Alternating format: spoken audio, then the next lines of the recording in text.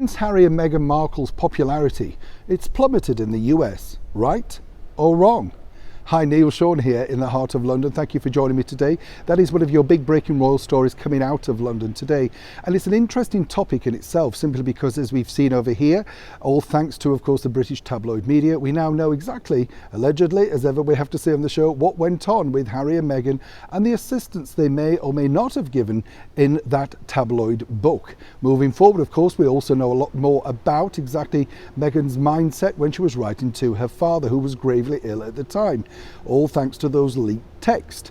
But has it damaged the brand internationally? And when I say brand, I think that's a really loose term, but brands are what they like to call people, you know, who are trying to sell a collection of things. And with Harry and Meghan, they've got those deals with Spotify, Netflix, the book deal, the bench, you know, all that sort of stuff. You get the picture.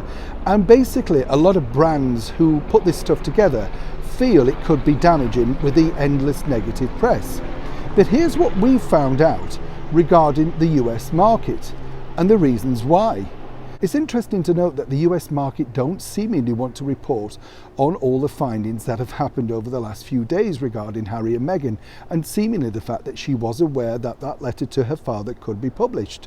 Now, what's the reason behind this? Well, a very good source tells me that Harry and Meghan's marketing, PR and branding team have very good contacts with all the major mainstream media. So when you think about the tabloid magazines that Meghan says don't exist, there are a few that will write very favourable pieces and features in return for access. The same with the broadsheets newspapers, say like the Wall Street Journal. You don't see anything negative about them in that. Now, it's interesting to note, because Harry and Meghan have often cited, and still continue to do so, all about the fact that the media is treacherous and bad and negative and all the things that you could possibly imagine.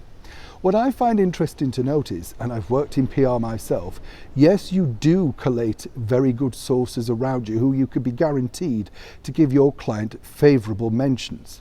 But there are things that you can't stop. And as this case and possibly other cases edge forward with more revelations, it makes it impossible for those magazines, periodicals and news channels to basically ignore what's going on. So for now, and correct me if I'm wrong, I'm being told over here in the United Kingdom that the brand of the Sussexes is very much still intact, and very seemingly no negative press in the American market.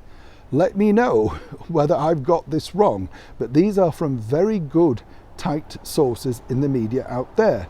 Of course, they do feature on all the tabloidy type magazines like the Globe, the Star, the Inquirer, naturally. But seemingly, why does, well, you know, mainstream media, and more importantly, the people that Meghan would need if she wanted to push ahead with that career in politics, seemingly only want to believe one narrative? Neil Sean in the heart of London.